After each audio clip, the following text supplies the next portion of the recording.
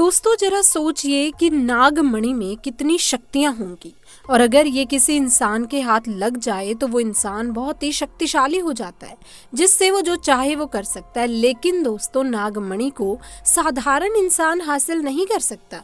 ये केवल इच्छाधारी नाग और नागिन को कठिन तपस्या के बाद महादेव से प्राप्त होती है, क्योंकि नाग नागिन महादेव शिव को ही अपना आराध्य मानते हैं और उनकी हजारों वर्षों की कठिन तपस्या से भगवान शिव खुश होकर उन्हें नागमणि देते हैं, जिन्हें इच्छाधारी नाग नागिन को संभाल कर रखना होता है।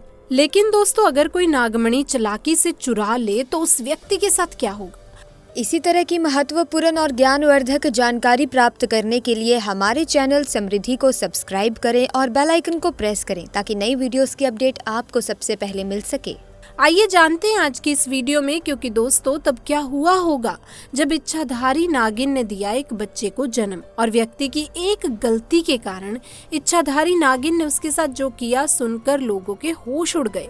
दोस्तों यूपी के गांव में जब इच्छाधारी नागिन ने दिया एक बच्चे को जन्म। दोस्तों ये चमत्कारी घटना है यूपी के एक छोटे से गांव अकोला की। दरअसल ये घटना घटित हुई हितेश जी के साथ, जो करीब आज से 5 साल पहले एक साधारण और गरीब किसान का जीवन व्यतीत करते आ रहे थे। वो अक्सर जंगल में अपनी बकरियों को चराने के लिए जाया करते और खेती बाड़ी का काम भी किया करते। एक दिन बकरी चराते चराते वो जंगल के थोड़ा और अंदर निकल गए। उसी जंगल में एक इच्छाधारी नागिन अपने नाग के साथ एक विशाल पेड़ के पास रहा करती थी। वो नागिन गर्भवती थी। शाम का वक्त था और हितेश जब उस पेड़ के पास से गुजरा तो उसे वहां एक तेज चमकती चीज दिखाई दी, परंतु साथ ही वो दोनों नाग नागिन भी वहीं थे। उन्हें देख वो थोड़ा सा डर गया और तुरंत ही वहां से जल्दी से घर की ओर भागा। हितेश इतना घबराया हुआ था कि उस समय तो उसने पीछे मुड़कर तक नहीं देखा, परंतु उस रात उसके ध्यान में वो चीज जो चमक रही थी वो बार बार आ रही थी। वो इतना तो समझ चुका था कि हो ना हो वो बहुत ही मूल्यवान चीज थी और अगर वो मुझे मिल गई तो मैं भी धनवान हो जाऊंगा। परंतु सबसे बड़ी मुसीबत थी वो दोनों नाग नागिन।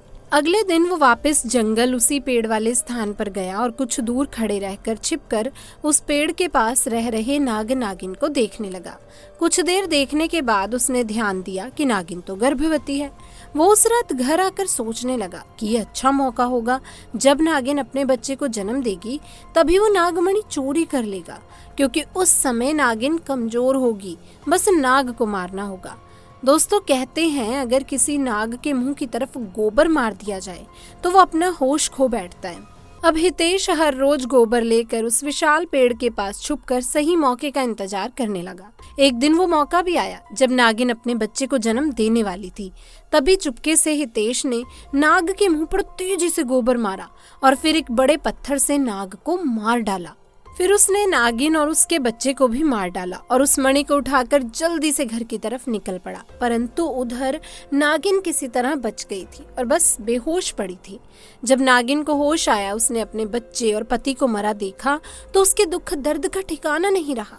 वो उस समय गुस्से से पागल हुए जा रही थी और उसने हितेश से बदला लेने की ठानी, परंतु मणि चली जाने के कारण वो अपनी शक्तियों का प्रयोग नहीं कर सकती थी।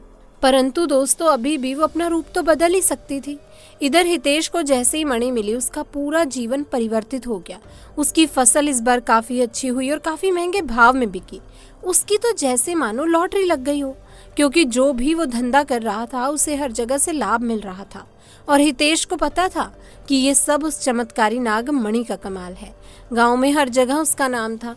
हितेश के इस रुतबे को देख एक अच्छा रिश्ता हितेश के लिए उसके पास के गांव से आया और रजनी नाम की एक सुंदर स्त्री से उसका विवाह संपन्न हुआ।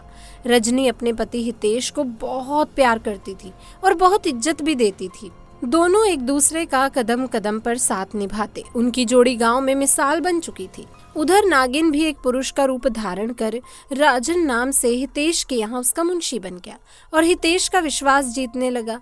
हितेश भी राजन के व्यवहार और वफादारी को देख उसे अपने भाई समान ही मानने लगा। एक दिन रजनी अपने पति हितेश के पास आती है और बताती है कि तुम पिता बनने वाले हो, मैं गर्भवती हूँ। ये सुन हितेश की खुशी का ठिकाना नहीं रहा। उस दिन वो खुद अपने मुंशी राजन के पास गया और बोला कि देखो राजन, मेरा कोई भाई नहीं है, परंतु जब से तुम्हारा साथ मिला है तुम मेरे सगे भाई से भी कहीं अधिक बन चुके हो। आज मैं बहुत खुश हूँ, इसीलिए आज मैं अपनी पत्नी और तुम्हें एक खास जगह लेकर जाना चाहता हूँ, क्योंकि मेरा इस दुनिया में तुम लोगों के सिवा कोई नहीं है। और वो अपनी पत्नी और राजन को कार में बिठाकर गांव के कोने में ले जाकर कार एक छोटी सी कुटिया के सामने रोकता है और बताता है कि जब वो छोटा था तब इसी कुटिया में उसकी माँ की जान उसे जन्म देते ही चली गई थी। उसके पिता तो पहले ही गुजर चुके थे। तब एक बूढ़े बाबा ने उसकी माँ को वहीं दफना दिया और हितेश को उसी बूढ़े बाबा ने पाला था। हितेश बताता है कि जब भी उसके साथ कोई बुरी घटना होती या वो दुखी होता तो बस इस कुटिया के पास चला आता। यहाँ उसे एक अनोखे सुकून का एहसास होता। हितेश आगे बताता है कि आज तुम दोनों को मैं इसलिए यहाँ लाया हूँ क्योंकि तुम दोनों अब मेरी जिंदगी का एक अहम हिस्सा बन चुके हो। दोस्तों, ये सुन सभी की आंखों में पानी भर आता है। कुछ देर रुकने के बाद जब वो वापस पहाड़ी से होते हुए घर को जाते हैं तो अचानक उनकी गाड़ी पहाड़ी पर एक बड़े से पत्थर से टकराती है और गाड़ी को जोर का झटका लगता है, जिसके कारण हितेश तो कार में फंसा रहता है, परंतु उसकी पत्नी रजनी पहाड़ से नीचे गिरे एक पेड़ पर अटक जाती है और उस पेड़ के ठीक नीचे बहुत गहरी खाई थी। दोस्तों, वो रात कार्तिक पूर्णिमा की थी। राजन अपनी शक्तियां पाकर पुनः नागिन रूप धारण कर लेता है।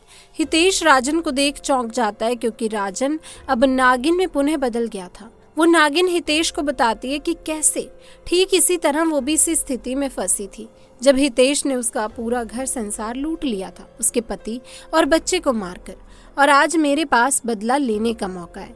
हितेश घायल गाड़ी में फंसा हुआ था और रो रो कर नागिन को बोलता है कि तू भले मेरी जान ले ले, परंतु मेरी पत्नी गर्भवती है, उसे छोड़ दे।